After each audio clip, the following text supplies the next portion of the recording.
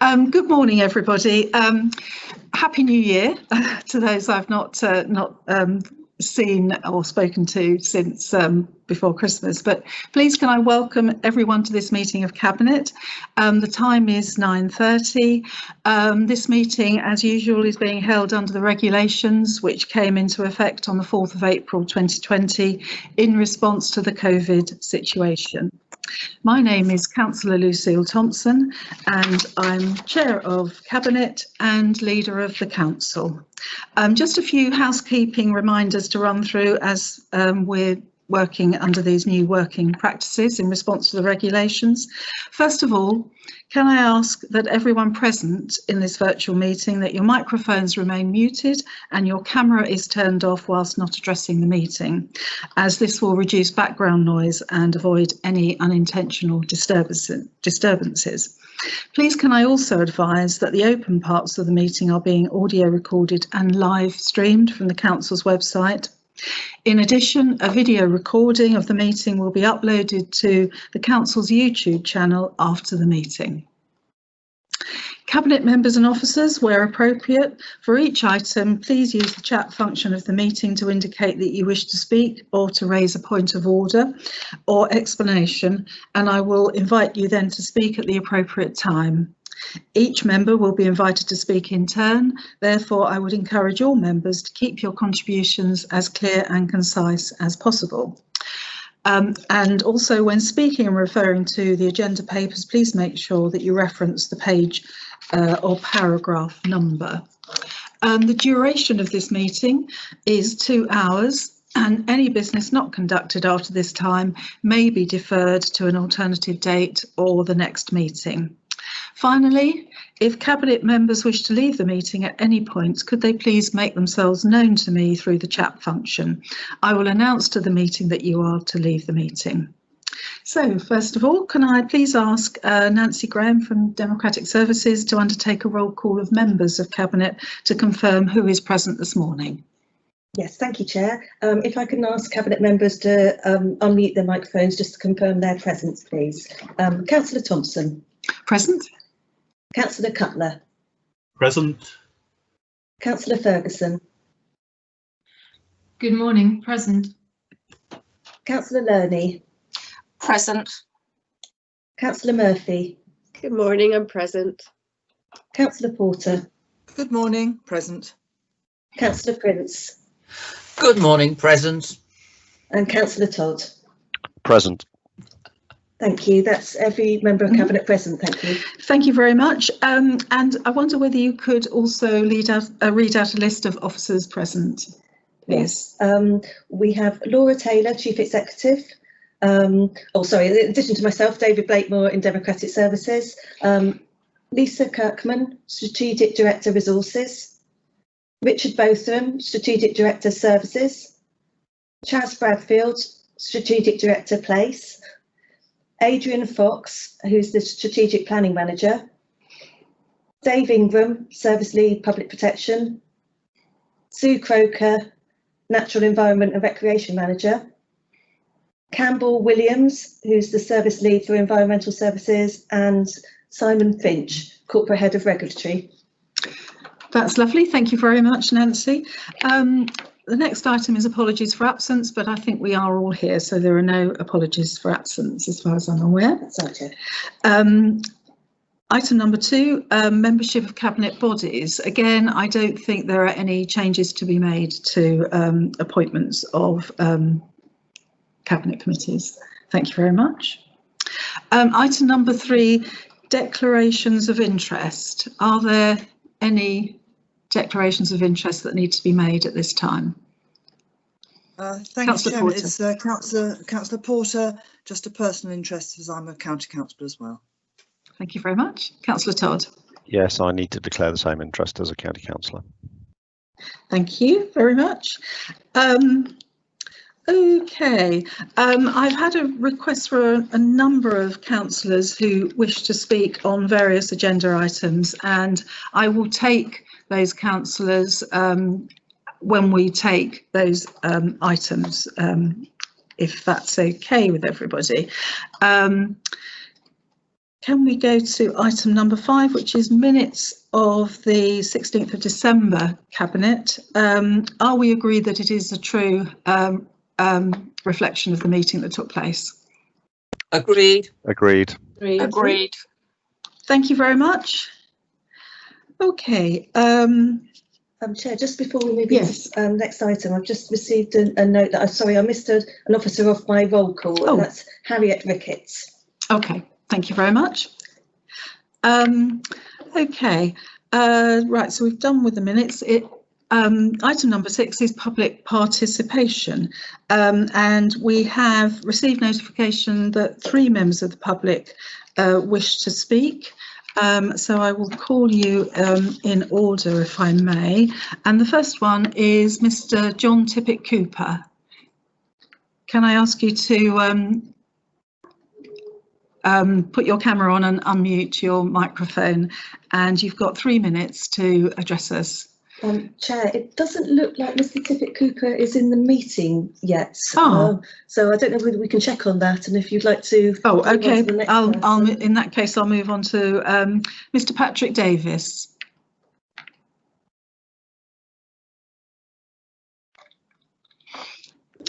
Good morning. Can you hear me? Good morning. Yes, we can. We can hear and see you. Thank you very much. I welcome the opportunity to just say a few words on the item CAB 3278. I'm surprised, frankly, that there is no reference at all in that paper to the meeting of the Local Plan Advisory Group, admittedly only last week. But it seems to me it's as if that meeting never happened, because there are no notes yet of it. And the issues that were raised at that meeting are not directly referred to in the papers before you today, which seems rather pointless having had that meeting. I'd just like to reiterate a couple of points I made at that meeting as one of the 2 members of the public there present. And that is the relevance now of the background work that was done prior to the serious impact of the COVID horrors, and in particular Appendix 1 to Appendix 1 of your current paper, which lists various documents, specifically the one on employment land study and retail and town centre uses, both of which were mainly conducted before the COVID saga began, and certainly bear no relationship to where we are now. And also, since the meeting last week, there has been an interesting report produced by KPMG on the future of towns and cities in the post-COVID-19 situation. And it talks specifically about the problems that are going to arise in 109 named towns and cities. Now, Winchester is not one of them, because I suspect they had a break-off point for places marginally bigger than Winchester. But it does point out there that some of the most vulnerable places in the COVID recession are in the traditionally affluent southeast.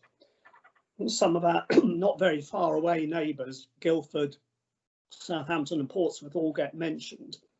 And I would have thought we do need up-to-date evidence in going forward with this local plan exercise. Otherwise, we're going to have to repeat it and spend unnecessary money on new work. Can't we really get up to date to begin with?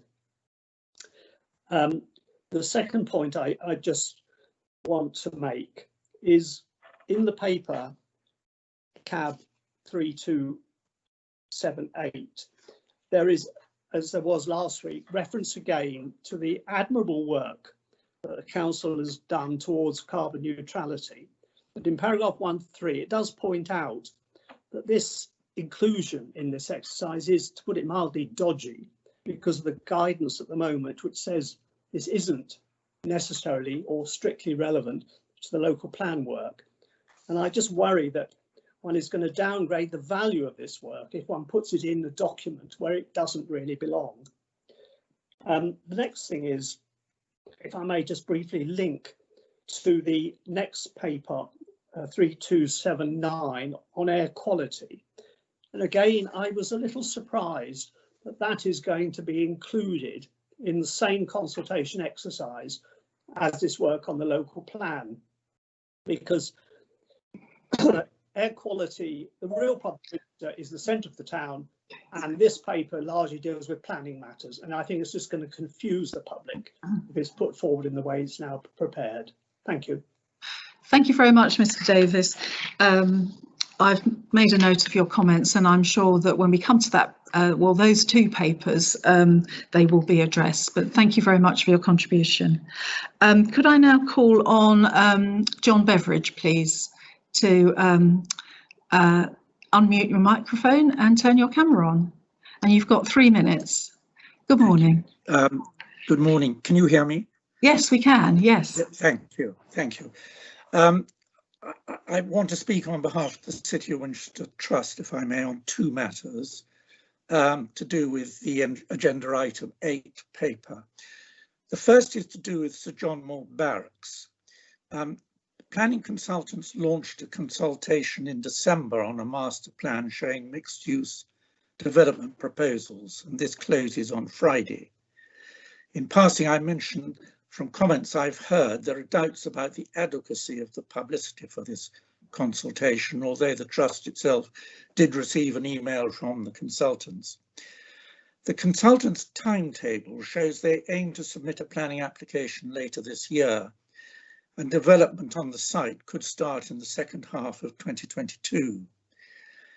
As we're at the start of the review of the local plan, and this is a big site, it is important that the development of the site and the proportion of uses provided there is appropriate for meeting the needs of Winchester and the district, as identified through the local plan.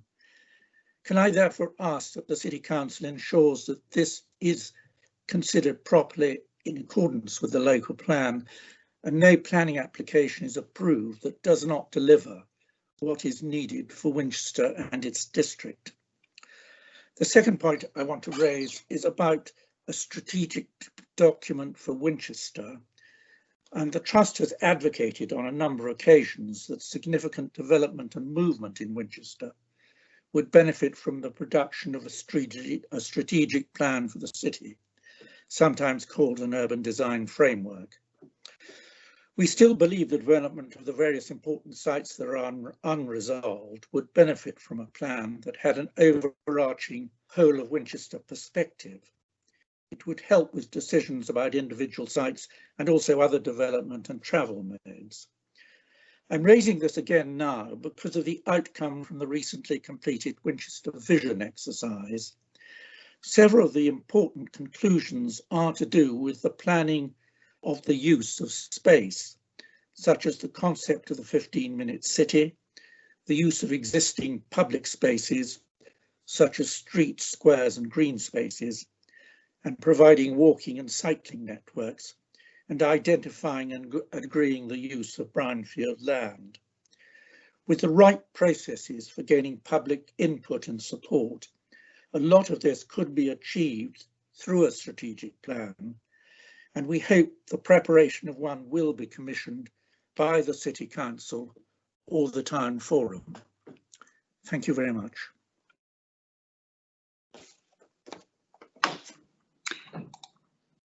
Thank you very much, Mr. Beveridge, for those for that contribution. Certainly, the vision document is the property, if you like, of the Town Forum, and I'm sure the Town Forum will be looking at how we might take that forward. Now, the work on the consultation and the work on that has been carried out. Thank you for your comments on the other paper, and as I said to Mr. Davis, I'm sure when we get to the strategic issues and priorities paper, which is next up, your comments will be taken on board and responded to. So thank you very much. Could I now invite Mr. Tippett Cooper, please, to turn on his camera and his microphone and address us, please. Thank you, Councillor Thompson, and my apologies for earlier. I had a little bit of an issue getting the link from a junk email inbox, but I'm here just to sort of take the opportunity to commend the work of Unit 12, which is a community interest company in Winnall, and Unit 12 is doing absolutely astonishing work in the community and has done for quite some time now, hosting a number of key charities, community groups, and a highly regarded dance school. In recent days, Unit 12 has set up a community food pantry, and that has it's quite sad in many respects. It's being in high demand from the community in Winchester. But the silver lining, I suppose, to that fact is how brilliant the reaction of the community has been to supporting that food pantry. And indeed, the council support has been absolutely terrific as well. This isn't news to many people in the Cabinet, who I know Unit 12 have personally thanked for their support to the work Unit 12 are doing. And looking a bit further on the horizon, in terms of what Unit 12 are doing and what they stand for, I mean, their fundamental purpose is to promote community cohesion and togetherness, and it's that principle and that focus which I think are, as the pandemic we all hope subsides in the next few months, we hope we can maintain some of that going forward as a city and a district. And Unit 12 are certainly committed to working with other community organisations across the district to harness this incredible volunteer and community spirit that has arisen during the pandemic. And I hope, and I know many on the Cabinet, not all the Cabinet, hope that that community spirit will be maintained going forward, and the council will support it and be very much at the heart of it. So that's the statement I wanted to make to everyone. Less than 3 minutes, so I've saved you a little bit of time, I suppose, on my difficulty getting the link from the junk email box earlier.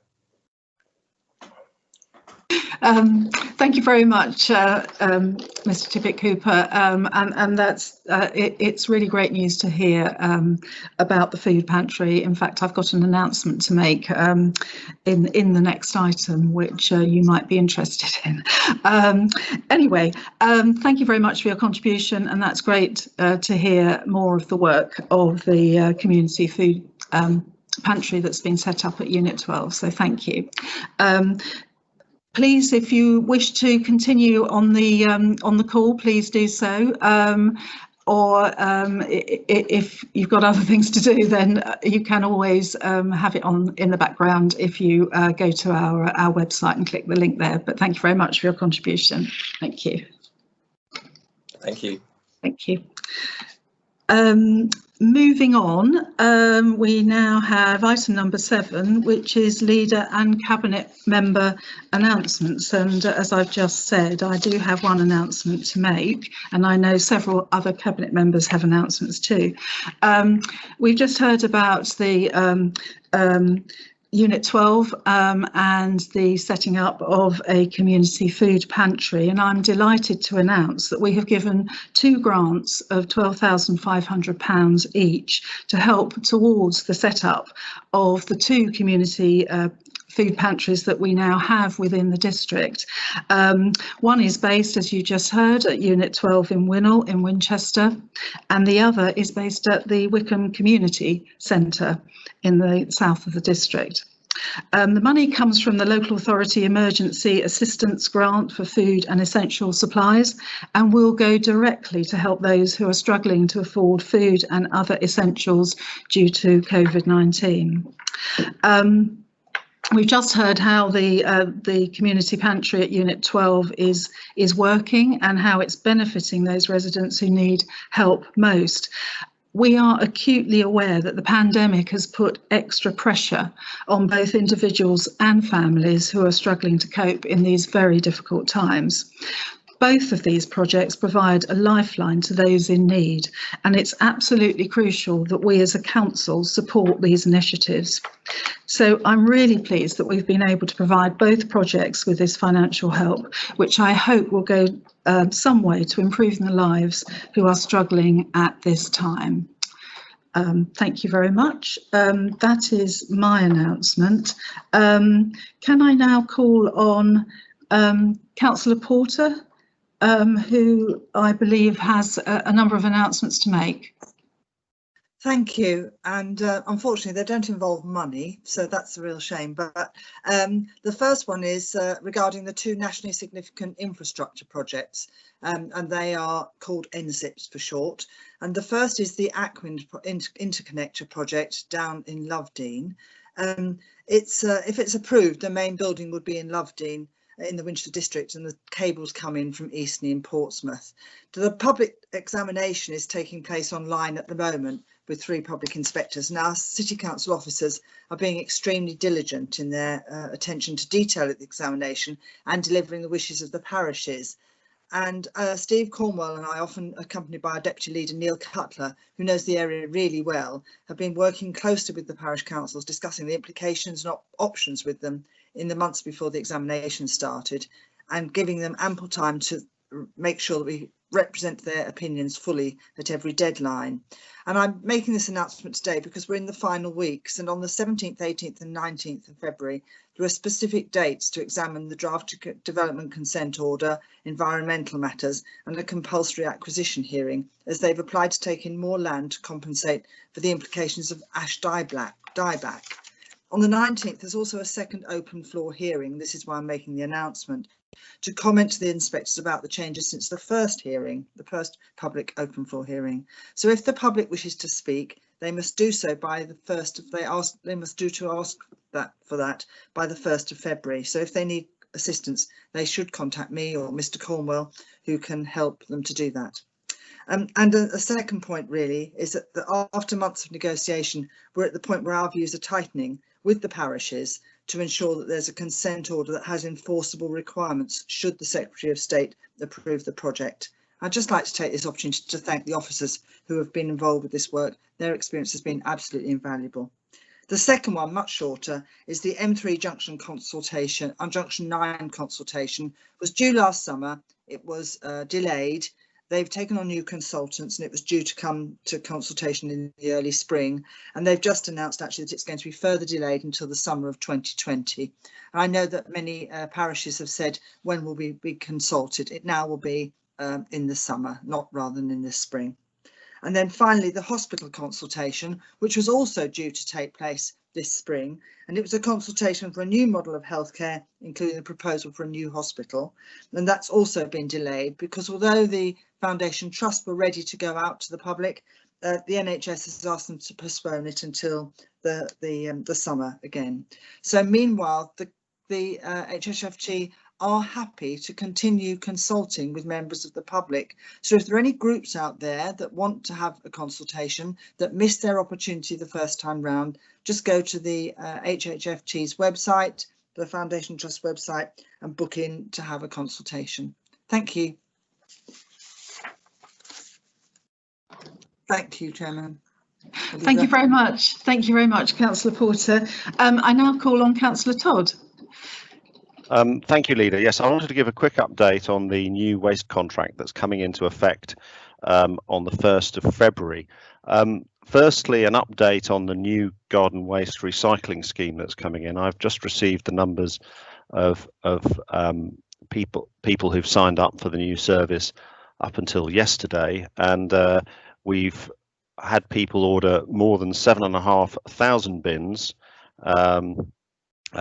When I say more than, I mean actually 7,501 garden waste bins, which is encouraging progress even since I reported on the figures at last full council. So more and more people continue to sign up for the service, and we expect that to accelerate as gardening restarts and the service transitions. But it's important, and this has maybe received less attention, that we're also making other changes to enable people to recycle more materials effectively from February the 1st. So currently it's not possible to get batteries recycled on the doorstep. From February the 1st it will be, if people put their household batteries into a small sandwich or freezer type bag and leave it on top of their bin when they put it out, then those batteries will be collected and recycled. And similarly, small waste electrical and electronic equipment can also be recycled if people put that in a shopping bag and put it next to their bin. Again, it will be collected and recycled properly. And then a fourth new type of recycling that we intend to expand more widely are Tetra Pak bins. I touched on this again at full council. The carton bin, and I should call it a carton bin for copyright reasons and trademark reasons, it is a carton bin. The carton bin at Worthy Lane Bring site has been very successful. It's delivered a good volume of high quality recyclables, and we are now talking to the contractor about where we can put more of these bins in around the rest of the district to enable more people to be able to easily recycle their laminate cartons and paper coffee cups and other such things. And we will shortly be coming back with a list of new sites where people will be able to recycle these as well. So overall, as part of our commitment to increase recycling rates, we're seeing good progress on sign-ups for garden waste bins. We've got 2 new services that we haven't had before: doorstep battery collections and doorstep small electrical appliance collections. And we're taking the pilot that we ran on carton recycling and looking to expand it around the rest of the district. Thank you very much, Councillor Todd. I now call on Councillor Lerney. Thank you, Leader. I'm pleased to report that by the end of the Council's virtual consultation on Central Winchester regeneration last week, we had had over 2,700 unique visitors to our virtual exhibition, 330 questionnaires completed, and over 3,000 social media post engagements. While we would have liked to have held physical events, this is not only a higher response than to previous City Council consultations, but it has reached a much broader range of our residents than most of them, and will certainly inform how we consult going forward. We're still working through all the questionnaires and considering how we're going to take the scheme forward in the light of the feedback received, and I would like to thank all those who responded. Next Tuesday, the 26th of January at 6 o'clock, we will be holding a virtual Central Winchester Open Forum at which we'll be giving a full report on the results of the consultation and giving the public an opportunity to ask questions and make comments. This will be audio streamed and later broadcast on the Council's YouTube channel, but if anyone listening to this wishes to attend, please register at the usual website address, winchester.gov.uk/CWR. Thank you, Leader. Thank you very much, Councillor Lerney. We all look forward to the open forum next week. I don't believe any other Cabinet members have any announcements. To just check before we move to the next item. No? Okay. We now come to the main items of business on the agenda. Item 8, consultation on the strategic issues and priorities paper. It's on pages 15 to 132 on the agenda pack, and it is CAB 3278. Can I ask Councillor Porter, please, to introduce the paper? Thank you, Leader. This paper sets out the strategic issues and options that we want to explore with residents, developers and businesses in the Winchester district. And I say the district, but in fact the local plan covers the 60% that's not in the South Downs National Park. Can I say categorically, this is about the principles by which the plan is made. It's not about specific sites.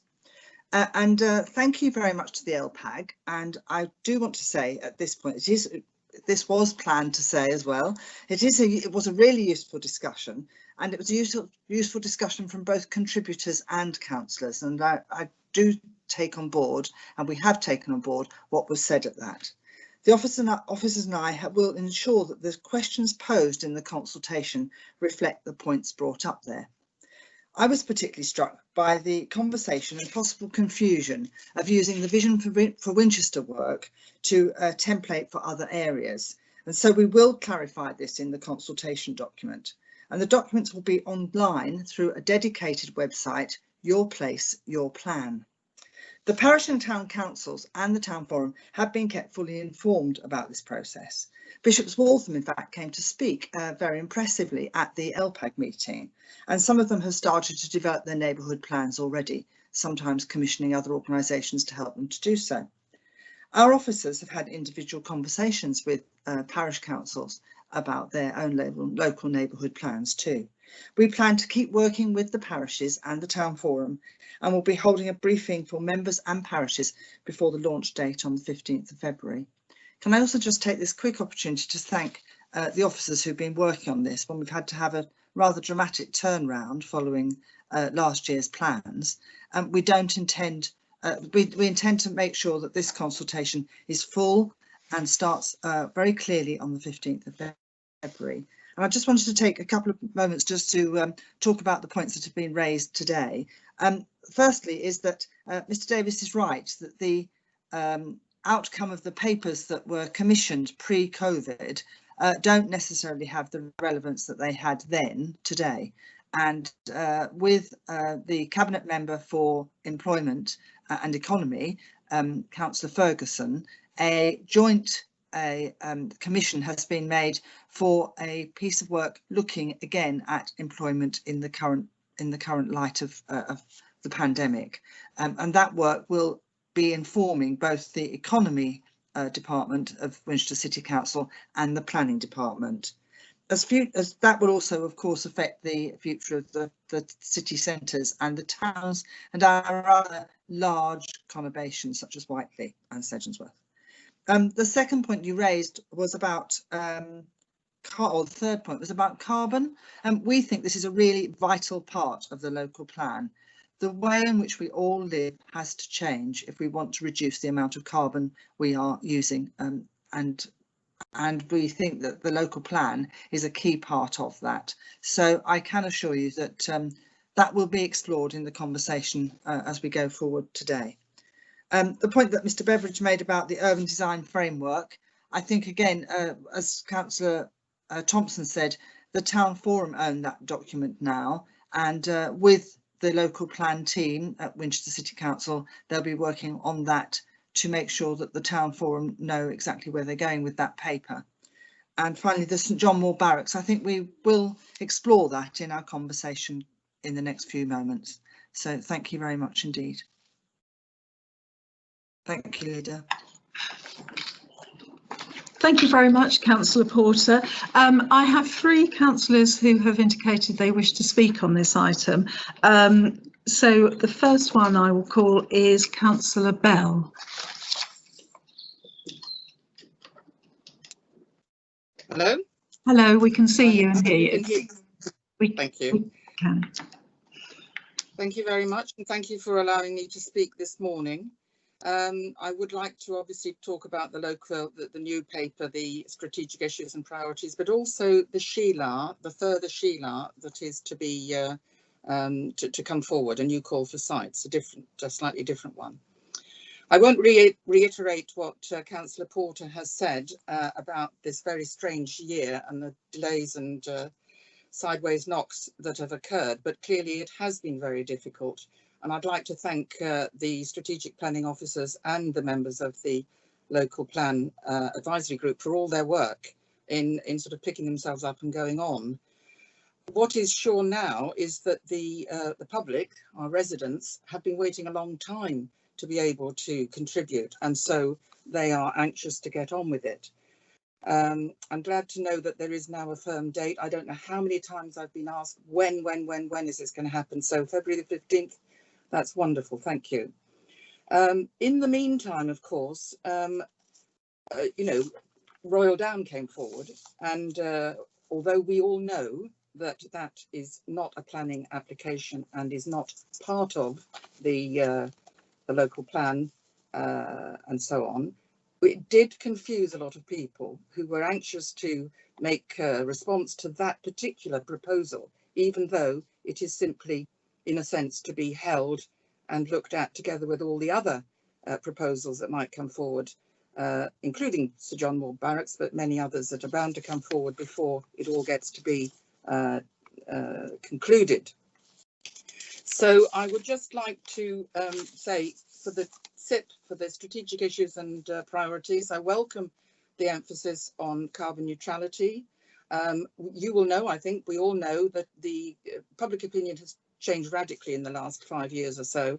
And so many neighbourhoods and villages now have their own climate change groups or green plans going into their neighbourhood plans and so on. So very welcome. On the Sheila, the further Sheila, again, the council will be aware of how seriously this document can be misunderstood, where people take the capacities shown literally and assume that the contents are actually being endorsed, which of course they're not. But please just keep making this point again and again, and certainly again with the new Sheila, which I believe will call for smaller sites, employment sites, but also invite nominations or proposals for green open space. Again, this is to be welcomed, but there's again scope for confusion, as we're not sure yet how these green open spaces can be incorporated under existing planning or even future planning law. So again, please do your best to make these matters as clear as possible when the call for sites is made and the Sheila is subsequently published. I'd also like to thank the Chronicle and their reporters, because they've done a very good job in reporting local plan matters, and they are an important channel to set against the vast social media flurry which has accompanied some of the proposals that have come forward and the consequent disquiet around them. They now have an even more important role to play going forward in critically assessing misinformation where it arises and setting a balanced report in their paper. I thank them for the work they do and look forward to that again. Sorry, that's my phone. I'll stop there.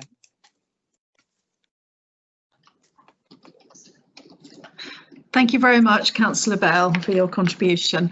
Can I now call on Councillor Brooke, please? Hello, and I apologise, I'm leaving my camera off because my internet's a bit iffy, and otherwise I'm likely to go duck out quite a lot during this speech. So thank you for allowing me to speak this morning. I spoke about the issues and options paper at LPAG, and I expressed my support of finally taking a step forward in the local planning process. I still believe that, and that this consultation is a step towards firming up a local plan for our district. During that meeting, though, I made reference to well-intentioned and, although ill-thought-out, search for land for renewable energy options, and see no change here to address that thinking. I'm disappointed that this consultation still seems very much town centre focused. Just one example is the question on page 84 of this paper, which would be 54 of the overall paper, referring to the town centre policies. I don't see any real changes to the questions asked to residents to make them more easily understandable to those of us who don't work within roles that deal with carbon neutrality on a daily basis. I agree with Mr. Davis that this is as though the LPAG meeting didn't really happen. The lack of evidence in this paper of the input of the LPAG meeting, the administration voting against the motion at full council to open a discussion early with parish and town councils, and the statement from this administration at full council that said we use consultations to tell people our plans, all fill me with fear over the progress this local plan is making. It appears as though these consultations and discussions are a tick box exercise, and that this administration will carry on regardless. There is much engagement between the local plan team and the Winchester Town Forum, of course, which is entirely controlled by members of this administration. And it's of course ongoing in a close partnership way. And whilst I support that strong engagement with the town and parishes, I wish that the same input would be afforded to the other parish and town councils, and I'm appalled that they are not. Central Winchester, controlled at town forum level by this administration and at council level by this administration, seems like an attempt to push forward their own vision rather than that of the residents. I raised concerns over comments by a fellow member of this administration who remarked that reverting plans after a thorough consultation was a complete waste of everybody's time. I asked at that point whether this administration would be loath to revert plans, even if it was what a consultation was indicating, and was assured this was not the case. The further we go through this process, the more concerned I become that this is actually the attitude. Giving residents an opportunity to speak, ask questions and make comments also appears to be a tick box exercise to seem open and transparent and then ignore everything that's said. I'm disappointed that despite the consultation limitations at this time, this consultation is still being limited to 6 weeks and not extended to the 8 weeks as it would be able to be. Mind you, if this is indeed a tick box exercise, extending this would also feel like 2 weeks of wasted time. Thank you. Councillor Brooke, and finally Councillor Horrell, please.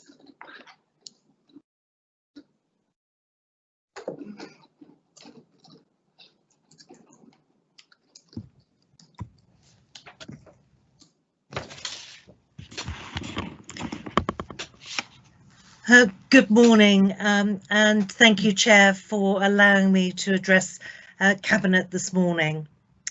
Can I very specifically ask the portfolio holder what she intends to do with the vast number of helpful inputs she was given at the local plan committee last week, as I do not see that input included in this document before us today. There seems scant regard for that input, a common theme in speeches this morning. I appreciate there may not have been sufficient time to update everything in advance of this meeting, but does she intend to make further amendments, and if so, what are they, please? Is our evidence base as robust as it should be? Have we jumped into some of the detail without thinking about spatial planning tasks? It is clear that the issue of the brownfield sites in the Winchester district needs further discussion. It is an opportunity we have yet to grasp. The strict legal definition you have adhered to produces a current list of just 18 sites in the area. Why not take a more innovative and fresh approach to a call for sites, such as the one taken by the London Borough of Hounslow? Whatever the official definition, it is clear to residents there are more opportunities for new homes without tearing up our green spaces. Maybe a brownfield light approach for a site that does not quite meet the NPPF definition is called for. Have we paid attention to an urban density study? High density housing with access to open space in the correct location can be wonderful. What have we done to bring this opportunity to the table? What are we assuming and what are we advising our residents about regarding permitted development rights and changes of use? We may well have significant space that is no longer required in the district for the use it was originally designated. What is our real thinking here? And what about the right to regenerate, enabling the public to require councils and public sector bodies to sell unused land and assets, helping communities make better use of public land and give a new lease of life to unloved buildings? A real opportunity provided by this government to the public. How are we embracing this? And what about the issue of mass public transport for the district? You know I've been an advocate for the Winchester Movement Study and Strategy, which is excellent. But what about the wider district? Where are we on the work for this important issue? Residents need the best possible information to be able to provide an informed view of the issues and priorities paper, and it seems to me that they're only getting part of the story. We still lack clarity, and residents will be worrying about the real intentions of this administration regarding housing and developments for employment. It seems to me we lack some imagination and creativity in this document. and I urge the portfolio holder to take on board the issues raised at the local plan committee, to take on board the issues raised by members of the public who are taking the time to speak, and to think again about how we could enhance this paper before it is issued for general consultation. Thank you, Chair. Thank you very much, Councillor Horrell. I seem to have a bit of a feedback here. Anyway, thank you very much. We now, Cabinet members, we've heard from all our public speakers as well as councillors, and I'm seeing Councillor Murphy has her hand up. Have you got a question, please? Yes, thank you, Leader. I've been hearing strong interest in the concept of a green belt across the south of the district. Being particularly keen on improving biodiversity myself, I note that green belts and green spaces are raised in this consultation. Could officers comment on this aspect of the document, please? Thank you very much, Councillor Murphy. Simon Finch, Mr. Finch, you had your hand up too. I don't know whether you can comment on the question that Councillor Murphy has just posed. You may not be the right person for that. That might be Mr. Fox, but Mr. Finch, you had your hand up next. Pick up, Leader, with your permission, some of the points that were raised, particularly on the ALPAG meeting, and then Mr. Fox, I would say, might be able to give a bit further clarity on that. But no, I mean, the meeting basically, as people have alluded to, was a very tight turnaround time. So the point was that we did definitely take on board all of the contributions that came forward, both from members and speakers, some of whom you've heard from today. And there were some adjustments made to the document, which Mr. Fox can provide a little bit more detail on. And secondly, to say as well, what was really and particularly helpful and useful with the ALPAG meeting was thoughts on how we could engage most widely with this consultation that starts on the 15th of February. As we've already explained, we're going to have a dedicated website to do that. But what was really helpful at ALPAG were suggestions about how we could reach people, for example, that don't have easy access or good access to the internet. So there's a number of points that we have taken, but given the closeness between the two meetings, and we needed to do that because we need to keep this process moving forward with pace. The government has made that very clear, notwithstanding their intention to make changes to the local planning system, which we've already commented on, as members will know from last year. So I just wanted to provide some reassurance, and Mr. Fox will build on that, with regard to the value of that meeting, as also Councillor Porter has done. But bearing in mind, there was a tight turnaround, and also, as the recommendation explains in the committee report, we have the scope as well to refine further after this meeting, and taking on board the comments made specifically as part of this meeting. So I think that's probably all I wanted to say on that particular point, and then Mr. Fox will add to that in terms of the changes made to the documents. And can I just ask if Councillor Murphy could just repeat the point she made on green belts? I'll happily as well come back on that point. Thank you, Chair. Thank you. It was just to get a bit more information and sort of tell me a bit more about this sort of the green belts and the green spaces area in the consultation, please. Thank you, Councillor. Yes, I mean, a green belt is something which we have included specifically in the paper. As you say, there are questions on that, and to gauge the feeling of members of the public and other interest groups such as parishes, members, etc. on that. The reason we have done that is because people will probably be aware there's been some discussion around the potential for green belt, both with the CPRE, Hampshire Publishing, commissioning a report, which we have obviously contacted, and we have reviewed that. And also important to remember as well, the wider work that Push is doing on that, which is part of a broader piece of work that they also are looking into. So basically, this is really sort of gauging what the general opinion is with regard to the provision of a green belt.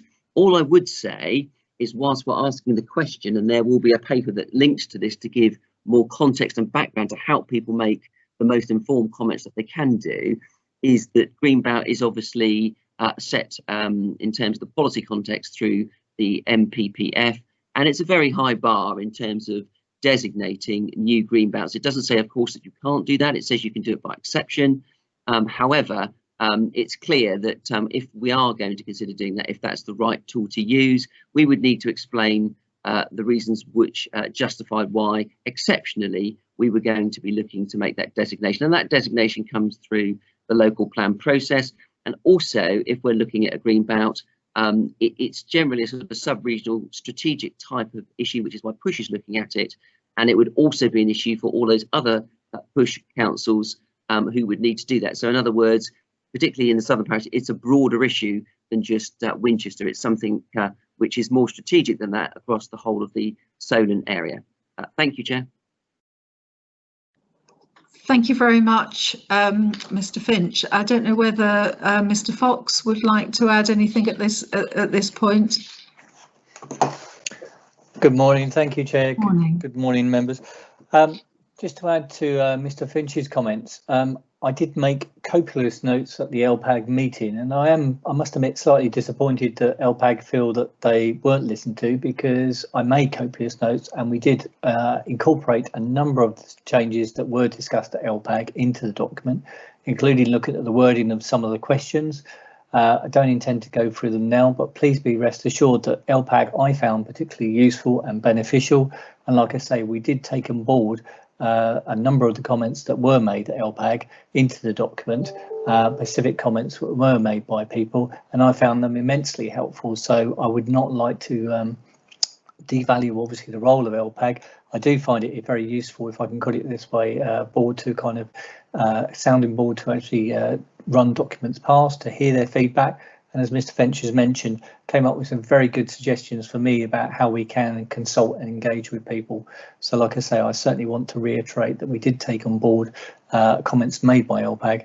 And like I say, the recommendation does allow any more minor changes to the document in discussion with the portfolio holder. Thank you.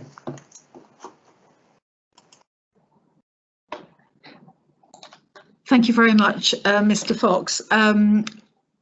Cabinet members, if you have any questions, I wonder whether you could put your hand up. I just have one to start with, which is it's around large areas of land which have been put forward by developers. For instance, you know, we've seen the Royal Down proposals and also Mitchell Deaver Station, and some that are already in our current local plan, like Bushfield Camp, for instance, and of course Sir John Moore Barracks, where the MOD has indicated that it will be available for development when they vacate the site. So I would like to ask, what is the status of each of these sites, please? Are any of these brownfield, and what's the difference between brownfield and previously developed land? That I think that would be helpful if we could have some answers there, please. I guess that's for Mr. Fox. Thank you.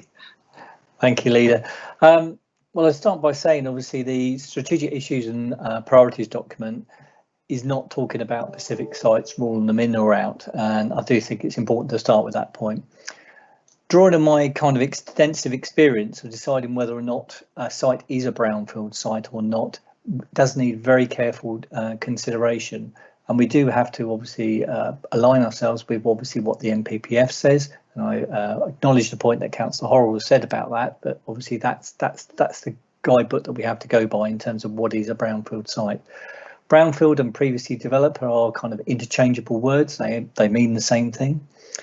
In terms of Royal Down and Mitchell Deaver Station, I would suggest that they are more straightforward in terms of obviously working out if they're brownfield or greenfield, and clearly in those cases I would suggest that they are kind of greenfield sites. But with regard to Bushfields, I think obviously this site was allocated in Part 1 of the local plan. We need to review any of the existing allocations in the local plan to see if they can be rolled forward to the new local plan. And clearly, one of the things we'd need to carefully look at in the case of Bushdowns was the definition of brownfield land, to see whether or not obviously it met that government definition of brownfield land.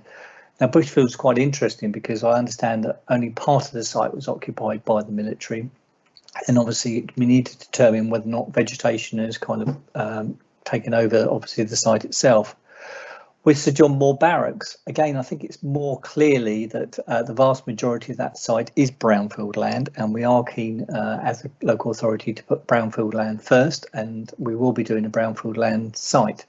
But that doesn't exclude the fact that we can look at any other sites that come forward. So the fact it's got a kind of brownfield or greenfield badge, people can put forward sites and we can have a look at them and we can determine them on their own merits. So I hope that's useful. Thank you. Thank you very much, Mr. Fox. Yes, that was a very full reply, and that was very useful. Councillor Todd, you've got your hand up. Yes, it's a follow-up on the question of brownfield land. I mean, there was reference earlier to Hounslow, and I've just gone to have a look at their list, and they have 9 sites across the entire borough formally identified as on their brownfield site list. So I'm not entirely sure that we can learn in terms of the formal list. But are there local authorities doing interesting things that sort of go beyond the official list in order to identify sites explicitly, or is it just something that gets handled in terms of wider policy? And again, there's been a bit of a discussion about engagement, and I'm a bit puzzled at some of the points that are being made about engagement, particularly by the opposition. It seems odd to be complaining about too much engagement with the city, and I also don't recognise the comments in terms of democratic legitimacy, since unlike several parishes, every single person on the town forum is there as a result of a ferociously contested election and has been chosen by residents of Winchester to represent them. And I know all councillors of both parties represented think very seriously also about representing the full scope of views within their ward, and certainly the intention is not that it only be town forum elected members that get consulted. Indeed, the striking thing about the City of Winchester vision work was the degree to which it opened up and allowed local residents to set the direction and inform the town forum of what should be going on. But I think the point about the importance of engagement with parishes is a very important one, and I'd just like to understand a bit more about how we've engaged with parishes so far and what our vision is to engage with them in the future, so that and it may already be the case that this is the case, so that every part of the district feels as actively engaged as the town forum has been so far.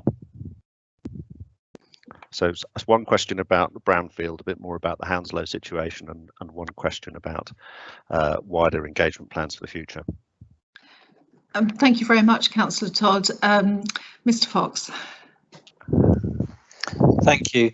I'd like to reiterate that we really do want to work with local communities to put forward sites. So if there is a site that they are aware of and they know their kind of patch a lot better than I do, please put that site forward and we can obviously assess it.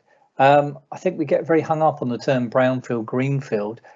We are doing a call for sites and we would like to know about sites, and obviously, like I say, if somebody wants to put forward a site, we can investigate that and have a look at that for the merits of it, and obviously if need be, contact obviously the landowner to see obviously whether or not that site's available. In terms of parish councils, we've done briefings throughout the year, obviously, well, last year, on obviously the changes to the planning system. And we will be engaging with them as part of the local plan process. And as Councillor Porter mentioned, we'll be holding a specific event for them. And details will come out very shortly, just before the launch of the consultation. There will be online events as part of the consultation. Again, we're just finalising those details. And moving forward from that, we are actively kind of asking the parish councils to have a look at the Sheila sites that have come forward. So hopefully in the kind of middle of the year, we can come together with discussions with them about the merits of the sites that have come forward. So hopefully they can bring their local knowledge to the table about which sites they believe obviously have got merits or otherwise, and we can have an active discussion with them. So we are keen to engage with them, but that won't happen until kind of the summertime.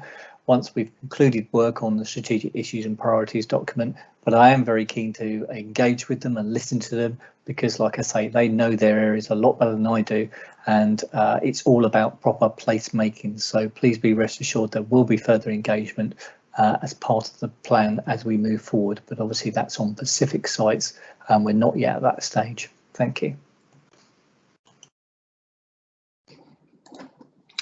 Thank you very much, Mr. Fox. Councillor Porter, I know you've got your hand up. Is it in response to some of those questions? I also have Councillor Horrell's hand up. Councillor Horrell, you have had your chance to speak. And we have got quite a lot to get through, and I've got other members wishing to speak as well. So I will call you on this occasion, but please keep it very, very brief. Councillor Porter. I'll use my time to conclude at the end, if that's okay. Okay, all right. Thank you very much. Councillor Horrell. Chair, thank you. I'm grateful. Just to say, I'm very happy to send the work that Hounslow have done to Mr. Fox and Councillor Porter. It is over and above what Councillor Todd advised you of. They took a very innovative approach at the end of last year to do exactly what we need to do, which was significantly increase their brownfield opportunities. So happy to share that, and hopefully that might be considered as part of an approach at Winchester. Thank you, Chair. Thank you very much, Councillor Horrell. Mr. Finch, I believe you've got your hand up. Yes, thank you, Leader, and also thank you as well for Councillor Horrell. That we're very interested to see what any other authorities have done in terms of looking at maximising the potential of brownfield or developing sites that are already within the development envelope of the towns and villages and market towns.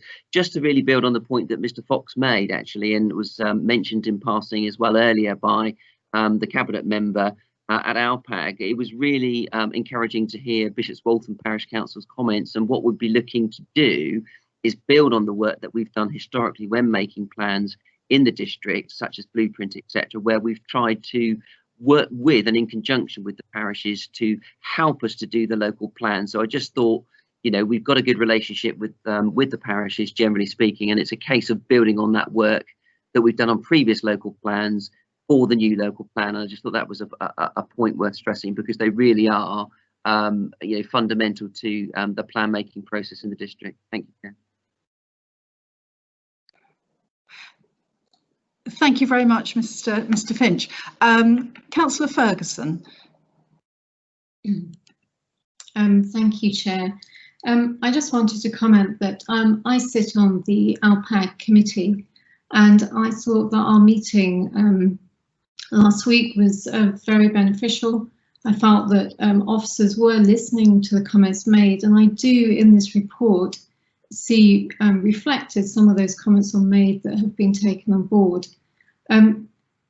Some people have suggested that the consultation process that we're about to go through won't be thorough enough. I think Councillor Brock used the term tick box exercise. And I'd really like to give officers a little opportunity to say more about that consultation process, because one of the things I was impressed at the ALPAG meeting was the efforts that we are going to make that consultation, particularly with the online website, as interactive and as easy to digest and get into as possible for members of the public. So I wondered if officers could just say a little bit more about that and what we intend to do here. I think that would be helpful. Thank you. Thank you very much, Councillor Ferguson.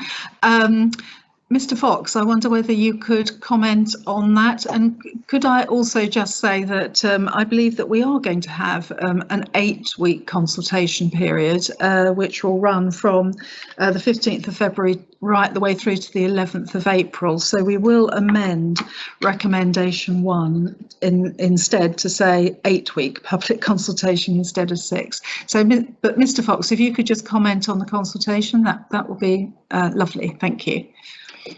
Thank you, Leader. Yes, no, that is entirely correct that we will be doing an 8-week consultation during the local plan. We are currently preparing the local plan engagement strategy, building on the back of CWR. We're very keen to build on the back, as Councillor Lurley said, of the success that we've had in terms of reaching kind of hard to reach people. We are currently working up that strategy. There will be obviously all the usual kind of social media kind of posts in terms of Facebook, Instagram and Twitter.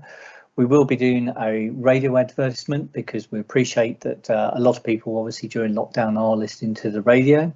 We will be doing online events, as I mentioned. There'll be one specifically for the parish councils.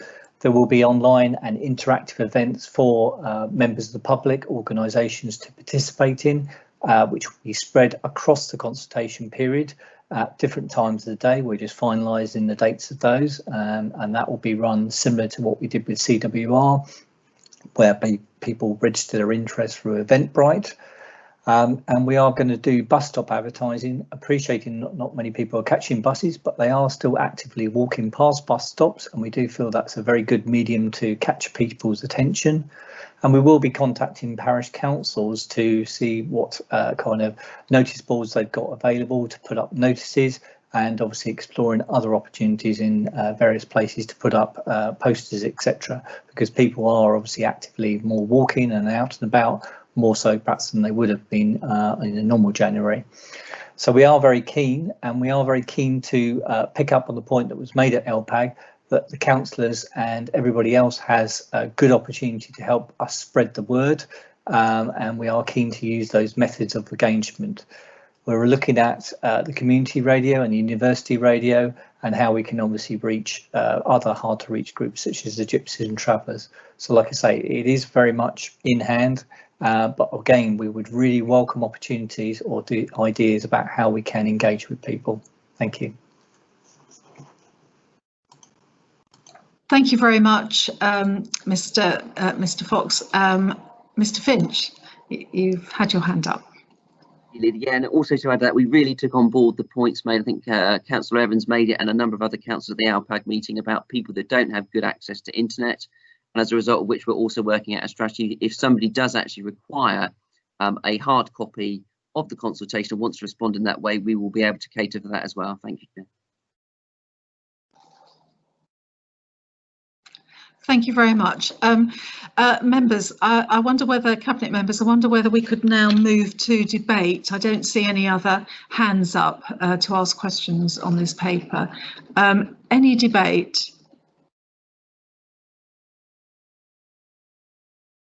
Councillor Porter?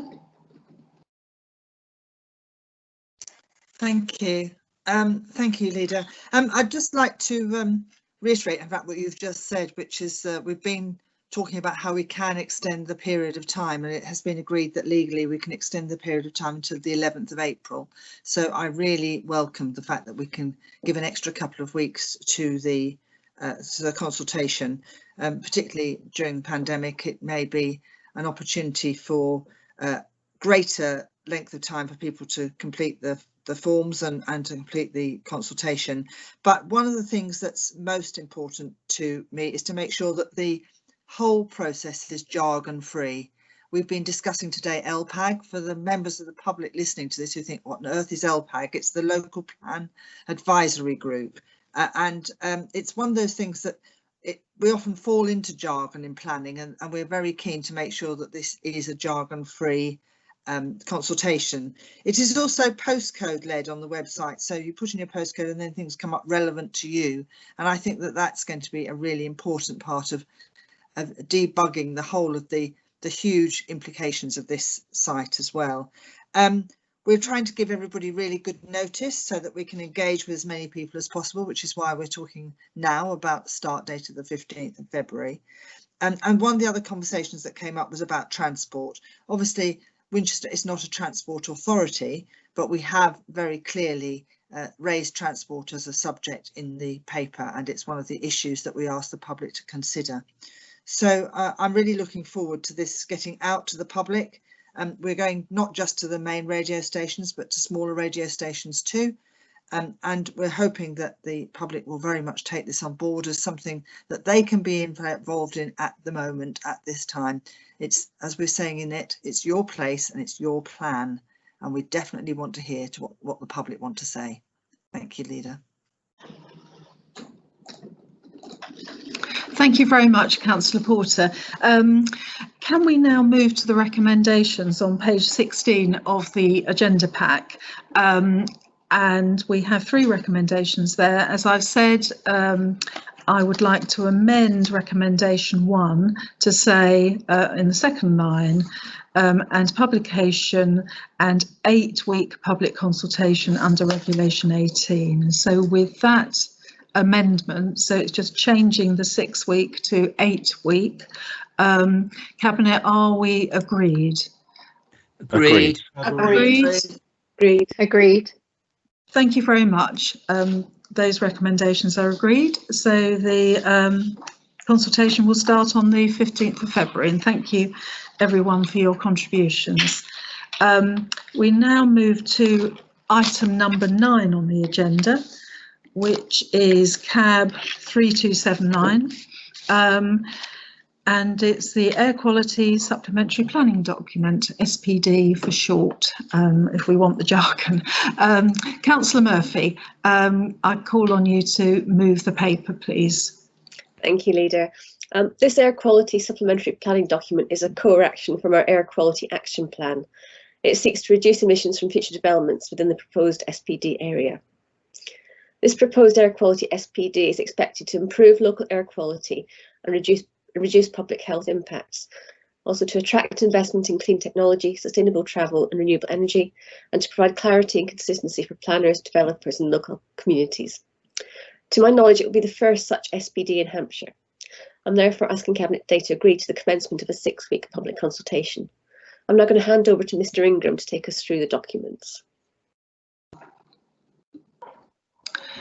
Okay, Mr. Ingram. Thank you very much. Can you hear me? Yes, we can. Good. Good morning, councillors, colleagues and members of the public present. This report seeks Cabinet approval to embark on a 6-week public consultation period on the proposed Air Quality Supplementary Planning Document, after which any consultation comments received will be reported back to a future Cabinet meeting together with any recommended amendments. The proposed air quality SPD before you has been delivered as a core measure identified by the Council's Air Quality Action Plan adopted in 2017, which seeks to reduce and manage nitrogen dioxide levels within the air quality management area in order to protect public health. In addition, the air quality SPD is intended to improve on levels of particulates and work in support of the Council's climate change agenda. The original document was drafted by specialist air quality consultants AECOM on behalf of 4 local authorities, Southampton, Eastleigh, New Forest and Winchester. However, variations in local requirements meant that the process unfortunately stalled, and so Winchester's officers approached AECOM to write a bespoke document for the district. The document before you today has since undergone careful consideration from relevant officers and members in order to make it both relevant to the needs of the district, but as important, to provide a clear and proportionate approach for both developers and the planning authority, but without placing undue burdens on the application process.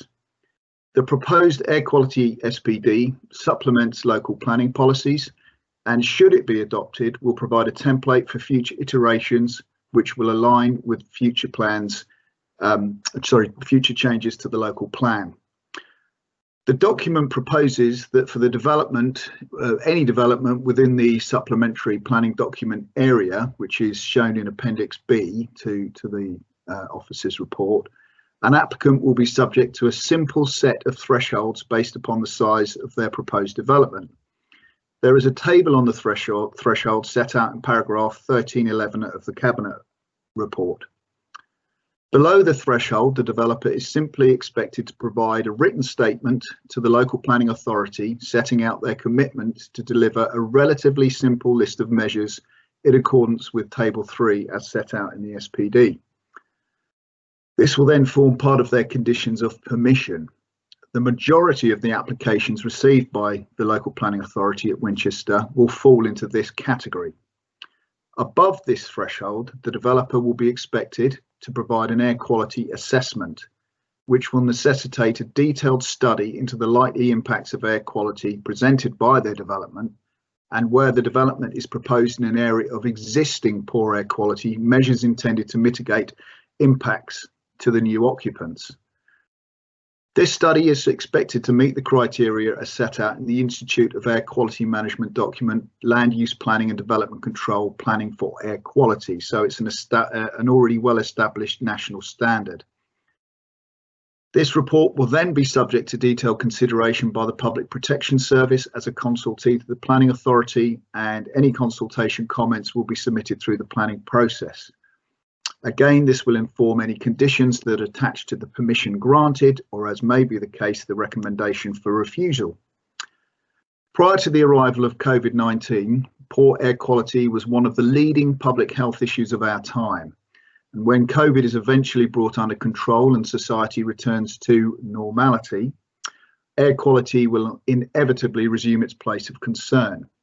This air quality supplementary planning document seeks to mitigate air quality impacts on the City of Winchester arising from future development, and thereby protect its citizens and ensure that the city remains a desirable place to live and work.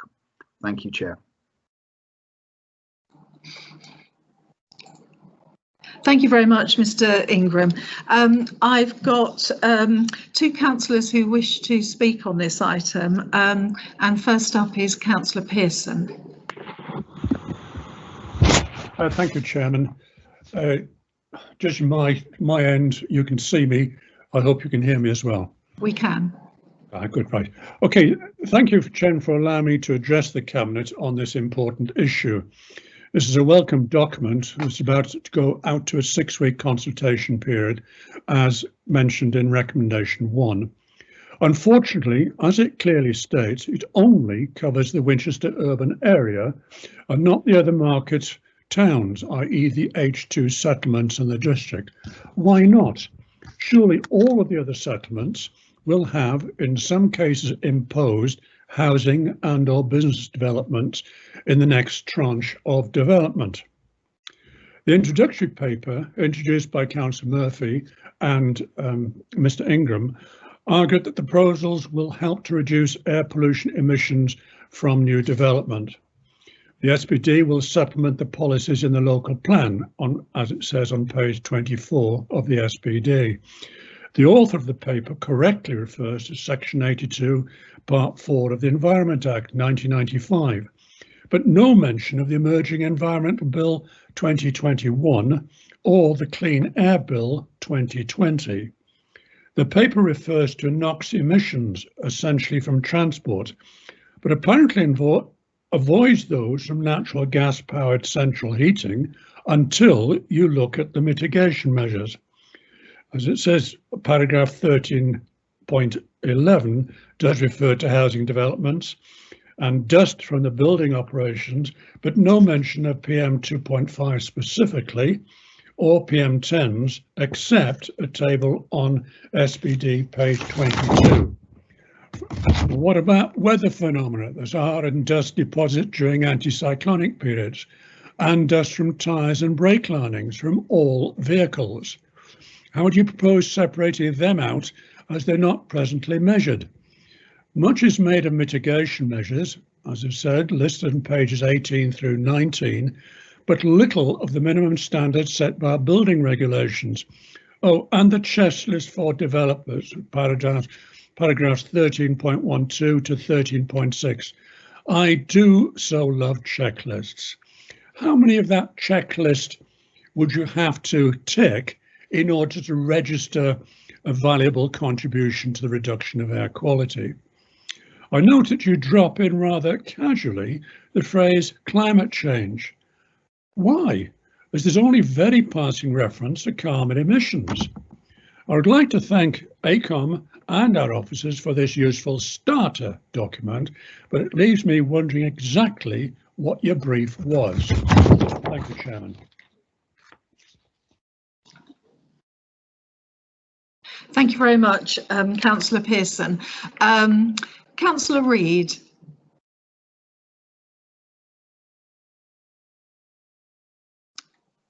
Councillor Reid, are you there?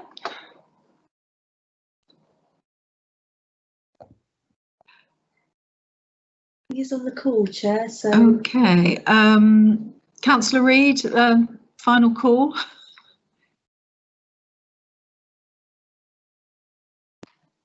No, we're not picking you up.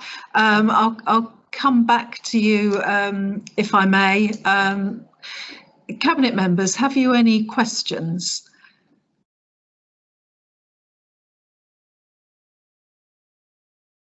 Councillor Porter.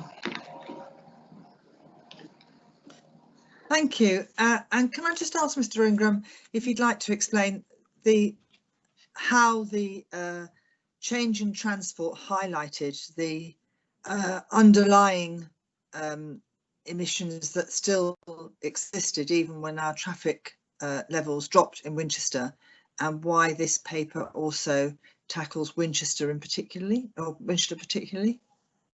Thank you.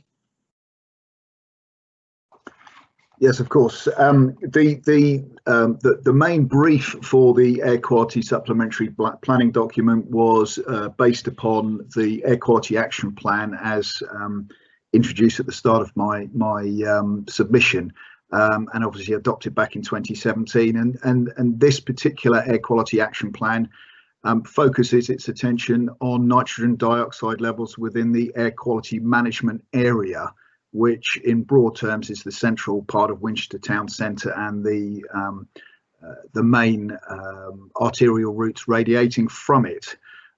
It was on this basis that we approached the air quality supplementary planning document from a geographical perspective of the wider urban area of Winchester as a city, with an additional buffer of 1 kilometre from that area. And from that we got the plan as set out in Appendix B, focusing on developments within that area. There has been quite a lot of dialogue highlighting the issue as to whether or not this particular area is sufficient for need.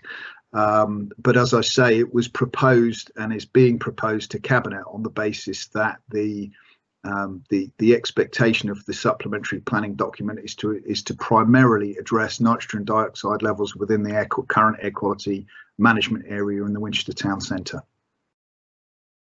I hope that answers the question. Yeah, thank you very much. That's very helpful.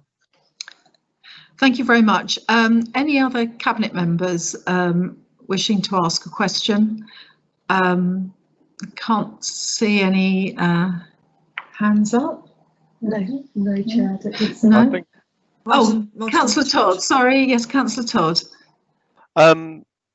Is it? I suppose it's a question that we can answer during the consultation. But is it possible to get a view as to whether extending these standards more widely would be proportionate? Because presumably we have a sort of rock solid case in terms of the air quality management area, in terms of applying a sort of more defined air quality policy, SPD. I suppose the question remains, and I don't know if this is something where we might need a different overall plan policy, whether we can look at this more broadly. I mean, for example, taking the example of, requiring new developments to have EV charging points as a policy. Is this something we have to save for the new local plan, or is it something that we could look at doing earlier? I think that's a planning policy rather than air quality. Yes, and yeah, Mr. Finch has his hand up and he's already on the screen. So, Mr. Finch, over to you, I think, on that one. Thank you, Leader. Thank you, Councillor. I'll ask David Ingram to say a little bit more about air quality in the wider district, because that is something we are conscious of. So I didn't want councillors to get the impression that we don't do any monitoring at all in the wider district, because we do that. Important thing to remember with SPD is that basically it's an additional layer of policy that adds more flesh to the bones of policy. So basically what we need to do when we have SPDs, and we've got a number of them that cover things like design and various other matters, is they need to accord with local plan and national planning policy. So that's got to be the justification for it, because we've got to be able to demonstrate why we're introducing that particular piece of policy in the first instance. So it's important to get it in that policy context. What you can't do with an SPD is effectively bring in brand new policy that doesn't accord with policy, either at the national level, conflicts with it, or at the local level. So that's worth making that point. Secondly, picking up on Councillor Todd's question there, yes, of course, as with the previous item, and there will be more flesh added to the bones on policies then. Of course, carbon reduction, etc., district-wide, building standards which affect that, etc., are all things which we need to consider when developing the policies of our new local plan. So that's when we can revisit that. Of course, bearing in mind the government consultation suggested back in August that if those revisions and amendments come into the system, of course, we may be limited as to what we can do locally, because they were talking about having a national set of development management policies. But that's probably a discussion for another day when we've got more clarity on that. So hopefully that gives you a bit of planning policy context. And then I think Mr. Ingram may be able to add something about we don't ignore the rest of the district, but this particular piece of policy was predicated on the Air Quality Action Plan, and that was because that's where the area was designated within the district for poor air quality. Thank you, Chair.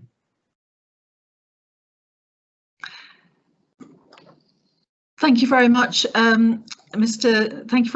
Finch. Mr. Ingram, briefly, have you any comments to add? I'm just mindful of the time because we've got another couple of papers to get through. very quickly then. Yes, I mean the wider district, we do monitor air quality. We have a network of nitrogen dioxide tubes in locations which traditionally we've been monitoring over a period of 15 years. It is only within Winchester's town centre that we have an air quality management area, and that is because in the wider district air quality does meet current national standards. So we don't have a designated air quality management area in any other areas within the wider district. In the Winchester town centre area within the AirQMA, the levels that we're currently not complying with in some areas of the air quality management area is the annual mean standard for nitrogen dioxide, and we are working to try and bring that level down and in compliance. Thank you. So presumably then a developer in the rest of the district could basically say what is happening currently, what we do currently does not lead to a breach of standards, and therefore you can't hold us to a higher policy, so we're going to appeal and we're going to win. Is that a simplification? I think there's probably a planning question rather than an air quality question. With your lead, leader, yeah, I think so. I mean, I think basically the starting point for any planning application that we consider has got to be the adopted policy, national policy. So that's what we get. What we can do, as I said before, is we can revisit that and see what's possible under the new local plan. At the moment, this SPD layers specific policy on top of existing adopted local plan policy. So if they meet the policy in the plan and the SPD, if this SPD is adopted, then that would be sufficient for them to achieve planning permission. Thank you, Chair. Thank you very much. Okay, I'm not seeing any other hands up from councillors. Any debate?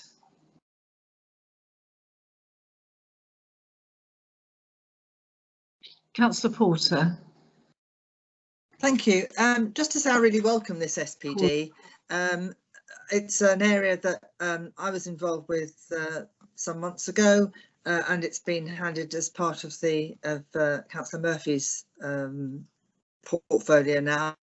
I do believe that it's really good that Winchester District is making this clear statement to developers that we need to think about the way in which we design our homes and plan our homes, so that it isn't just the transport, but the way in which we live can affect the nitrous dioxide levels in our own city.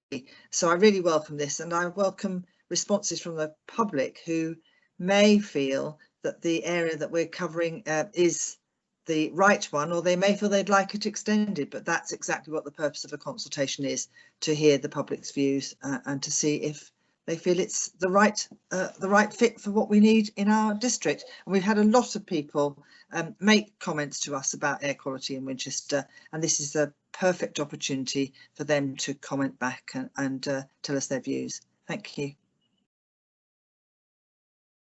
Just to go.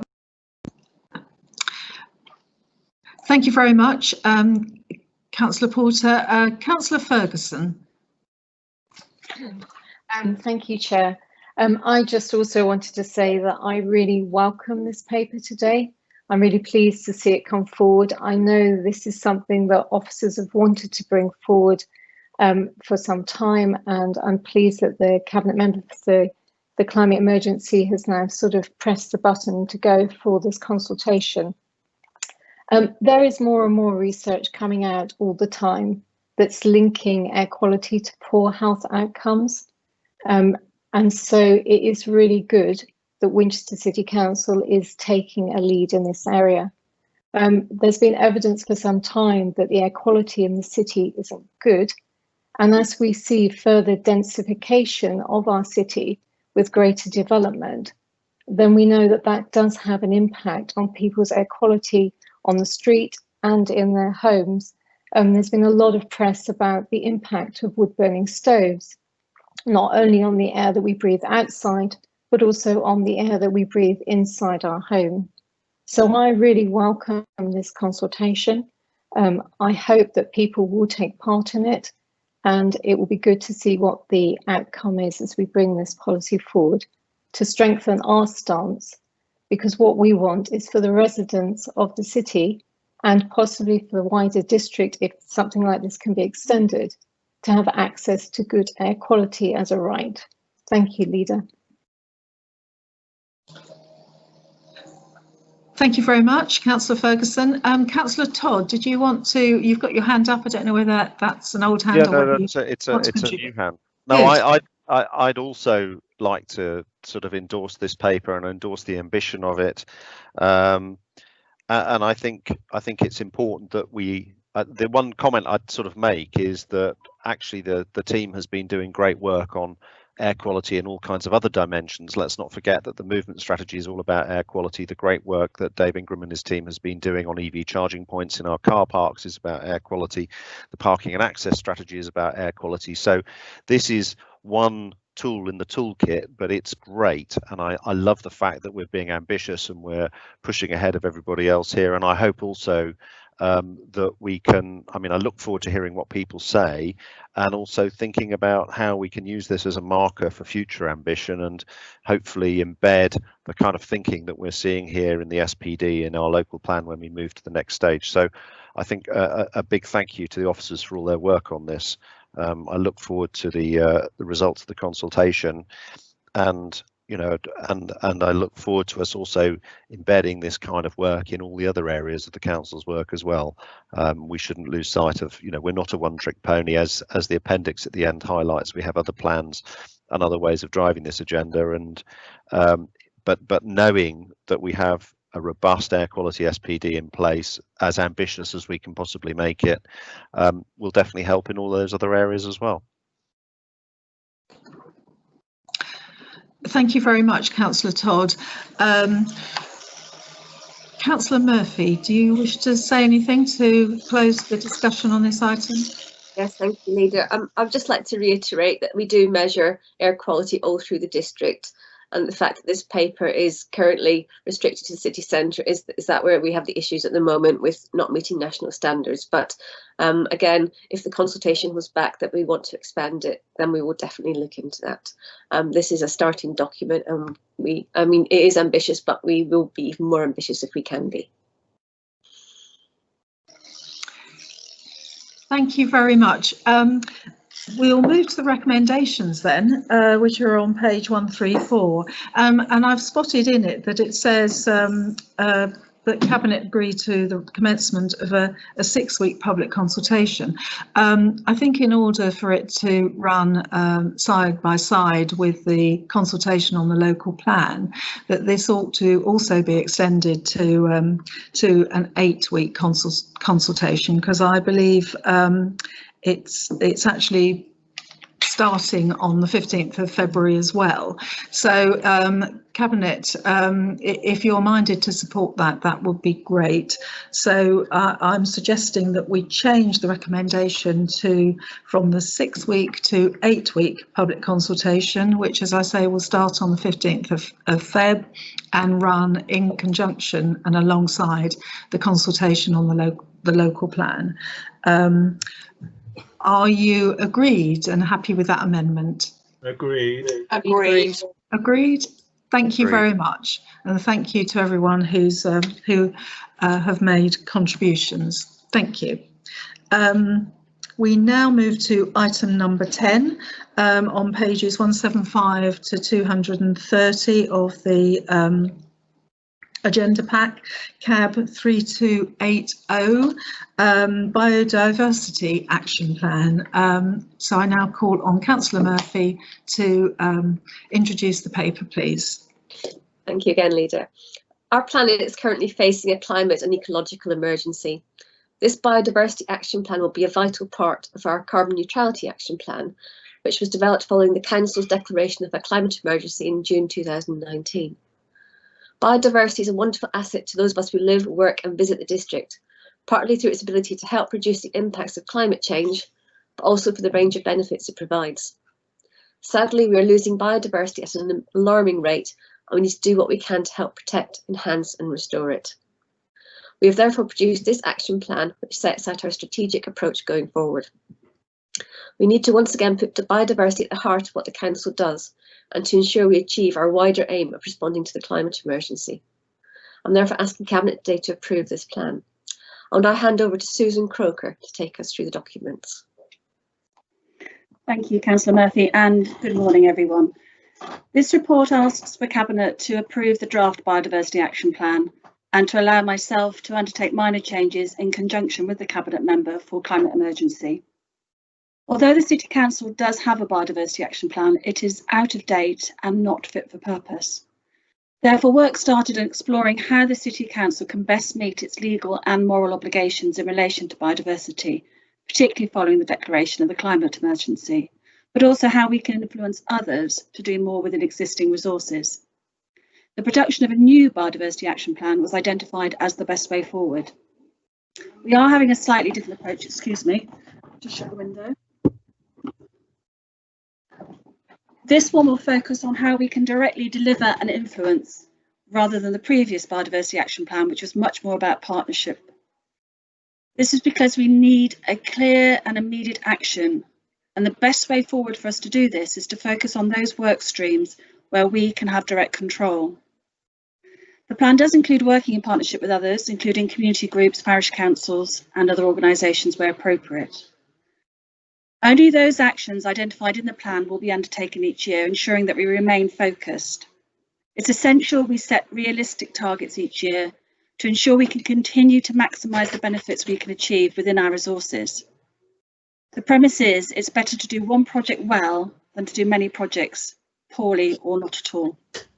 However, the annual action plan is updated each year and new areas of work will be added, and these will be agreed in engagement and discussion with others prior to finalising that report. The BAP itself comprises of three separate parts. The first is the main document, which sets the background and the justification for the work. The second details of 4 key habitats and 22 key species, which will be our main focus of work, ensuring that we target and prioritise work to those areas where we have greatest impact.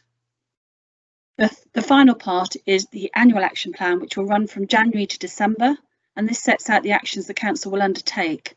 We have set a target to deliver a minimum of 80% of these annually, and we will report back through various channels. The document is just being finalised so that we can take some account of what comments we get from Cabinet today, but also minor editing changes which we need to make.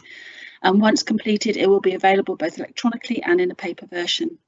So in summary, this is an exciting time to finally have a document that we can use to provide that strategic direction that we were lacking, and to continue to invest in work which delivers biodiversity benefits, and to know that we are making a real difference on the ground. Thank you. Thank you very much, Ms. Croker. That was an excellent presentation. Okay, I have one councillor who's indicated that he wishes to speak, and that's Councillor Pearson. Thank you, Leader, for allowing me to address the Cabinet once again. This is a useful document and it will be, along with its successors, a very useful guide for development and the protection of habitats and therefore biodiversity. Mrs. Croker, I suggest you actually look at the use of the word biodiversity, because sometimes you actually mean habitats. However, that will come up in the editing, I hope. Winchester District, thanks to its geological and its human history, has a variety of biodiverse, rich habitats. Chalk, clay, sand and gravel all produce different habitats for our flora and fauna. Changes in technology, farming practices, development and climate change are inexorably destroying habitats and the biodiversity living in them. In some cases, because of the variable geology and microclimates, the flora and fauna are close to being unique and therefore increasingly valuable. This paper, so admirably written by Mrs. Croker, whilst in some ways difficult to read because of the small font used, is a very useful tool for our planners in the context of development in order to protect the environment. Consideration must be given to its printing if it is to become a planning Bible, an essential part of our local plan. Lip service just will not do. Conservation of the environment is a key policy in our strategy for climate emergency. The paper describes several habitats and some of the valuable flora and fauna living in them, effectively the web of life in Winchester District, or what it should be without urban development. It's clearly a banner of natural England, the South Downs Natural Park, and of the emerging Environment Bill 2021. The Action Plan 2021 needs financing and partnership working in order to gain the protection for these valuable habitats and therefore its natural wildlife. It's going to be difficult in the context of sprawling urban development unless changing microclimates and mitigation measures are to be taken into account. Urban wildlife corridors, wild open spaces, local gaps, green conservation belts, managed woodlands are essential along with the buildings with green roofs and walls. Planners must seriously take on board the role of urban planning in the conservation of wildlife. Habitats must either be preserved or mitigation measures must be enacted upon within Winchester District rather than financing measures elsewhere. If the Council's environment policies within the context of climate emergency are to be taken seriously, then the role of biodiversity within the context of the water cycle, the carbon cycle, and the nitrogen cycle are crucial. Thank you, Leader. Thank you very much, Councillor Pearson. I now move to members of Cabinet. Have you any questions to ask? Councillor Todd, you still have your hand up. Is that a new hand or an old hand? Oh, it's gone down. It's an old hand, but yeah, I don't know if it's a question or a comment. I mean, I find this a really inspiring document, and it takes something that we all know is special about our area, and we can't always encapsulate it and express it, and it really brings it to life. And so I feel very excited and positive by what's been done.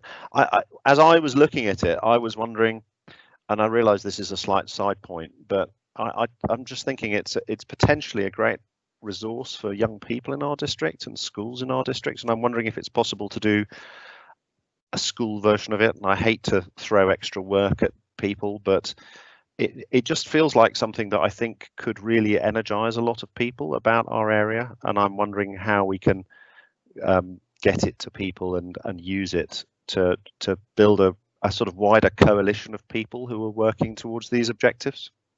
I don't know what thoughts you have on that. Okay, thank you very much. Ms. Croker, have you any thoughts on that suggestion there? Yes, thank you. And I have to say it's lovely to hear words like inspiring being used. I'm delighted if that's how it comes across. That was certainly what we wanted to achieve. I think it's a great idea, actually, doing something more directed towards younger people. We can certainly look at that. We do have engagement work with schools and community groups and university students, etc. And I certainly will be looking at that. We'll put it in as an action for our next year's action plan. So thank you for the recommendation. Thank you very much. And I must say, I think we all agreed that the members' briefing that you ran on the action plan a few months back now was really, really inspiring and incredibly interesting. So I would just like to take the opportunity to thank you for all the work you and your team have done on this, because it really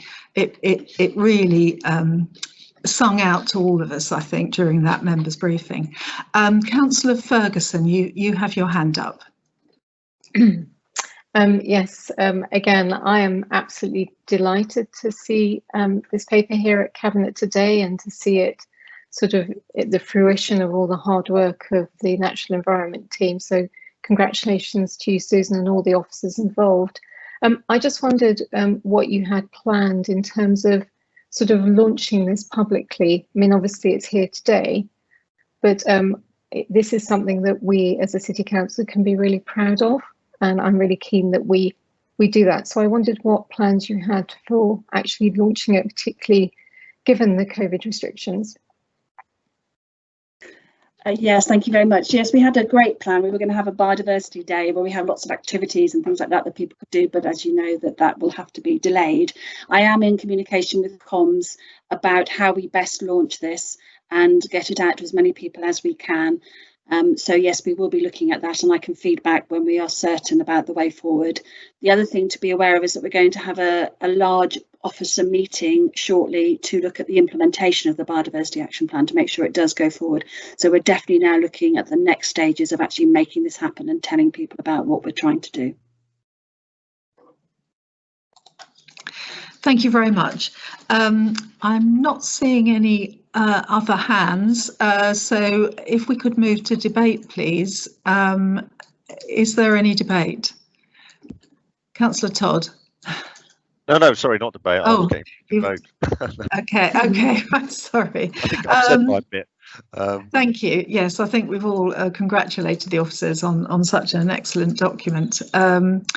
Councillor Murphy, do you wish to say anything in summing up?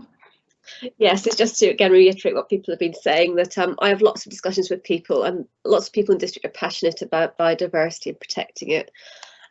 There's something that you can't say about a lot of council documents, but this biodiversity action plan is beautiful, and I love it for that. And I again would like to thank Susan and the team for all their hard work on it. They've done a really good job. Okay, thank you very much, everyone who's made contributions. Could we move to the recommendation then, please, on page 175, which is for Cabinet to approve the draft biodiversity action plan as set out in Appendix A to C, and that the Natural Environment and Recreation Team Manager be authorised to make minor changes to enable updates that may occur from the Cabinet meeting, this meeting, and any other minor editing changes in consultation with the Cabinet Member for Climate Emergency. Are we agreed? Agreed. Agreed. Enthusiastically agreed. Yeah. Yes, very enthusiastically. Thank you very much. Thank you, everybody who have made a contribution to that. We now move to item number 11, which is on page 231. It's CAB 3284, and it's the Car Parks Major Works Programme. So Councillor Todd, who's already on screen, please introduce the report. Yes, I won't say too much about it. Suffice it to say that this is a paper that flows from our thinking that we've outlined in other documents about how we're trying to improve air quality, how we're trying to make our services more efficient, and also looks through the lens of a district-wide approach. It's not quite as beautiful as the previous paper, but it does make a real difference. And I know Campbell Williams has a few words to say and to introduce the paper in a bit more detail for you. Hello. Hello, yes, Mr. Williams. Hi. Hope everyone can hear me. Just really to introduce this. This is the paper which, as Councillor Todd says, seeks cabinet approval for the car park programme for 2021 and 22, and gives an indicative direction for the parking programme in terms of the finances for 22-23. I think it's worth just noting that this report also mentions some of the things which have been achieved this year, which include the move to Ringo for the new phone payment system across Winchester, which is introduced in November and working well so far. And that we're now looking to, in the next year, build on this by improving further the car park surfaces, the signs, and the use of pay machines across the district, so that it enables people to use the car parks better and in a more efficient way, which supports all the aims that Councillor Todd set out, such as those in the parking and access strategy and the movement strategy. So it's really an annual report which happens each year, setting out the programme of investment for the future year. All the details are set out in the report. I'm aware of time, so I don't propose to go through that in more detail, but happy to answer any more questions if there are any. Thank you. Thank you very much. Thank you very much, Mr. Williams and Councillor Todd. I've got two councillors who wish to speak on this item, and the first one is Councillor Miller. Good morning. Can you hear me? Yes, we can. Yes. Good. Good morning. Thank you very much for allowing me to speak. I welcome the inclusion of the Dean's project. This project was started by the previous Conservative administration, and it's very good news to see it still moving forward. I know it's been held up for a long time with difficulties with the developer who wants to develop the surrounding area. It's very important to Alresford that has a shortage of parking and has had this for a long time. It's good to be able to support the town and traders, particularly at this difficult time. So I certainly welcome that aspect of this report. The Carfax car park again is welcome.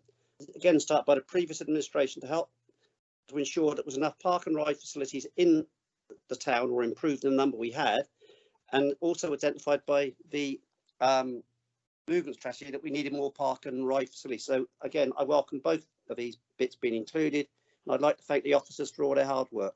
Thank you.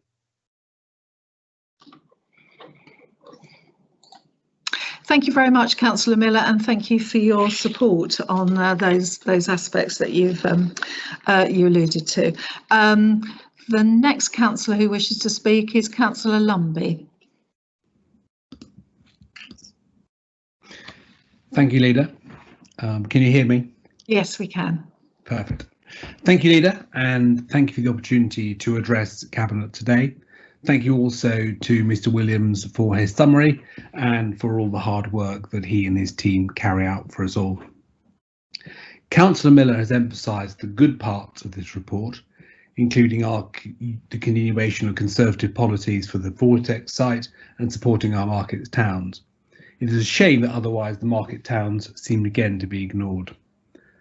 Other parts of this report seem confused and ill-considered. First, we are being told that the council's coffers are bare due to COVID, that we need to save money where we can. We are told that one of the reasons for the shortfall is the collapse in income from car parks during the pandemic. We are told that we should take the opportunity to reimagine ourselves, and that we should put projects like Station Approach on hold whilst we await the outcome. And yet, here's a proposal to spend about 7.6 million over a couple of years on car parks. A good part of that is coming from the LEP for the Vortex site, and that is good. Let's not blow that grant the same way the Station Approach grant was lost. But where is the balance coming from? Car parking projects should be self-funding, but I see no analysis of that. Indeed, at paragraph 2.5 on page 233, it said that it is, and I quote, impossible to quantify the long-term impact of COVID on parking patterns.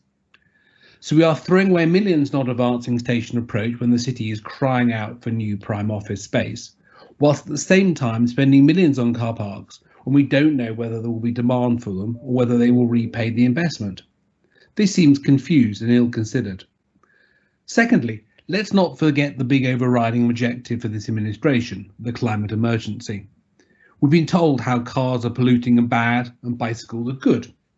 How, I wonder, does the comment in the last box on page 236 fit with this? It tells us that the car park proposals here should encourage additional car use.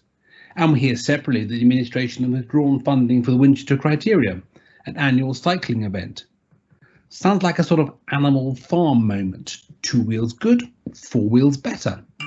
But all of that is flying in the face of the climate emergency. So again, that seems confused and ill-considered. Thirdly, there is the reference to the introduction of Sunday and evening charging in Winchester in October 2020, just as we were building up to the second lockdown. We need to be encouraging people to come to the city as the retail sector faces its biggest crisis ever. Around us, retail destinations responded by suspending charges. In Romsey, people complained about it attracting too many people.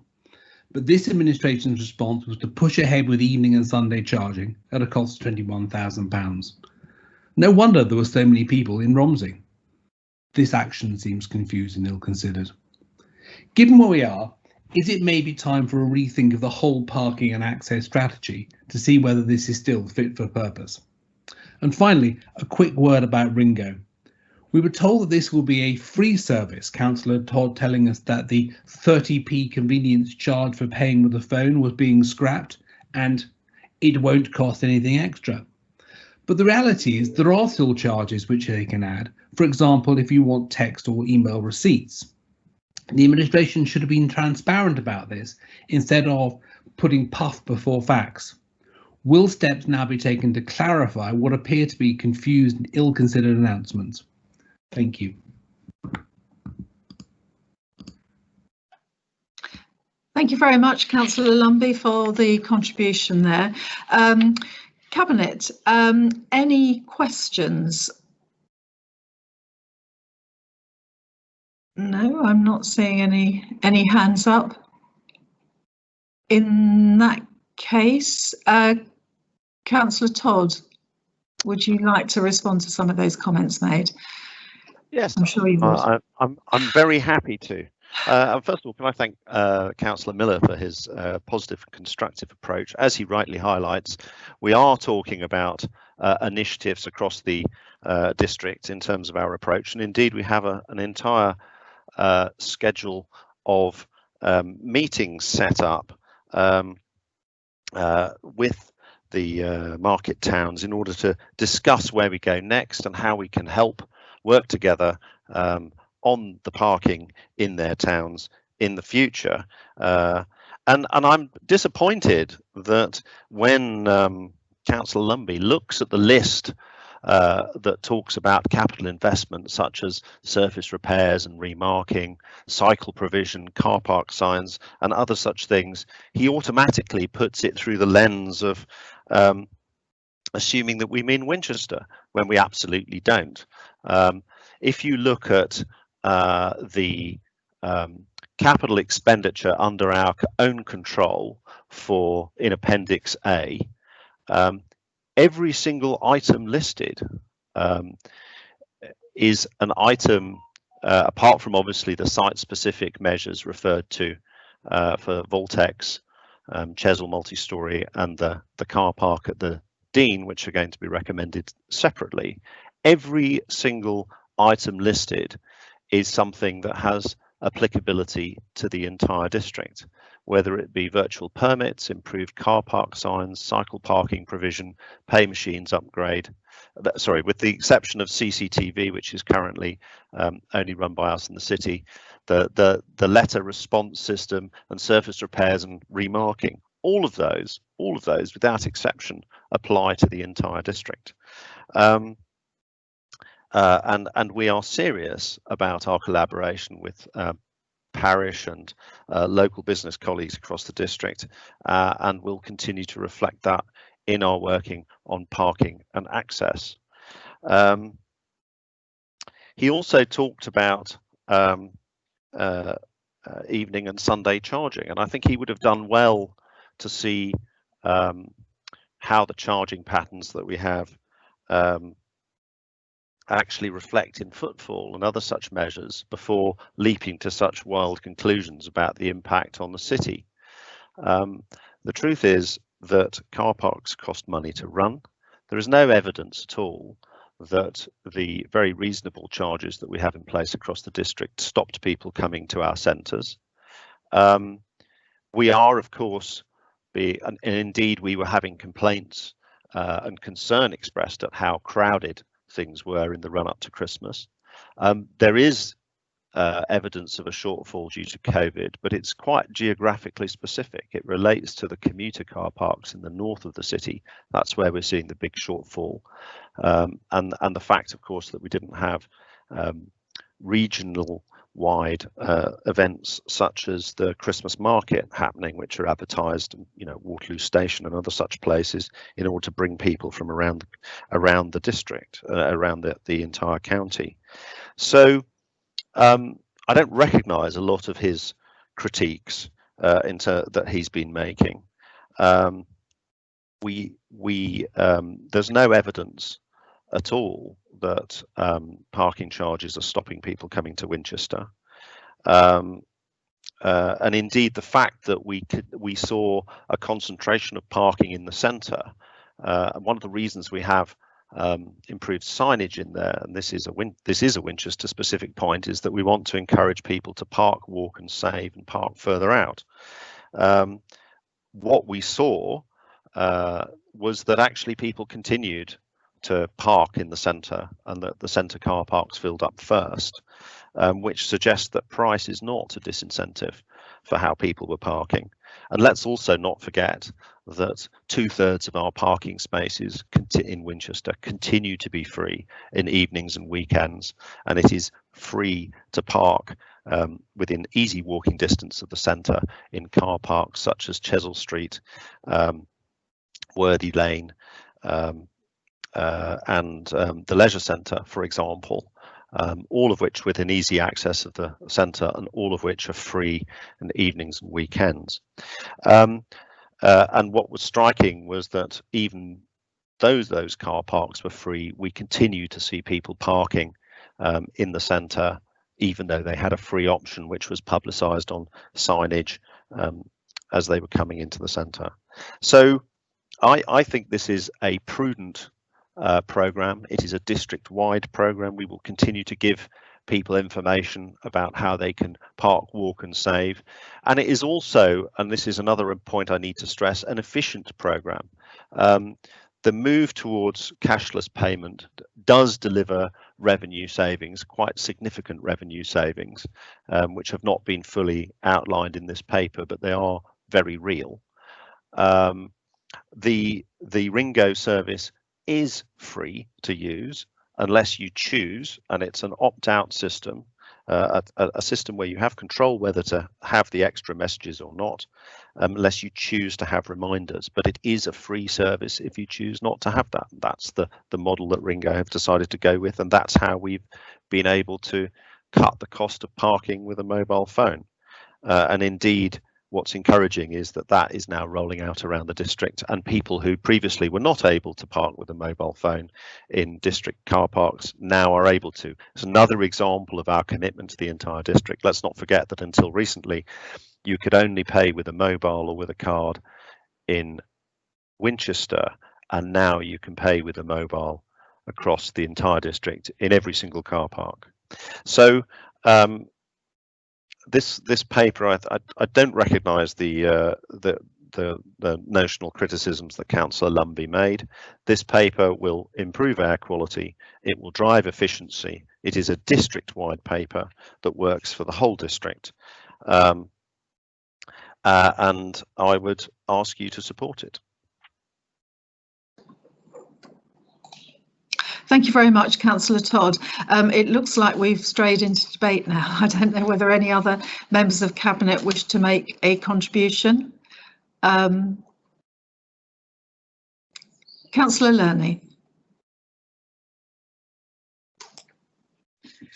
Thank you. I just wanted to support what Councillor Todd said from my experience. As somebody who regularly walks into town, I was really pleased to see actually the increase in the number of cars that were parking in the cattle market on a Sunday following the introduction of charges, which means more people walking into town rather than driving into our air quality management area, which can only be a good thing.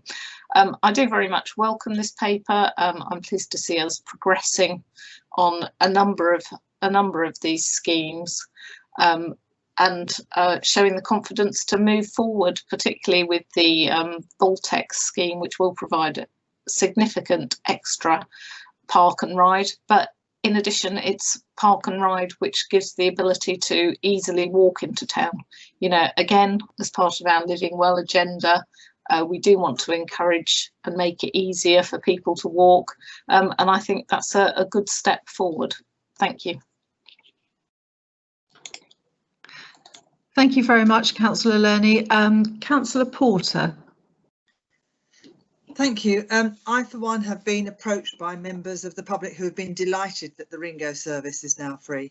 It's very frustrating when you go to it and you book it and it suggests that it's going to be 30 pence to book. But actually, if you don't need a receipt and you don't need a reminder, just as you wouldn't do if you had a normal parking ticket, then this is absolutely perfect. And it's been a real innovation that people have really, really appreciated, particularly during the cashless times that we're all spending now.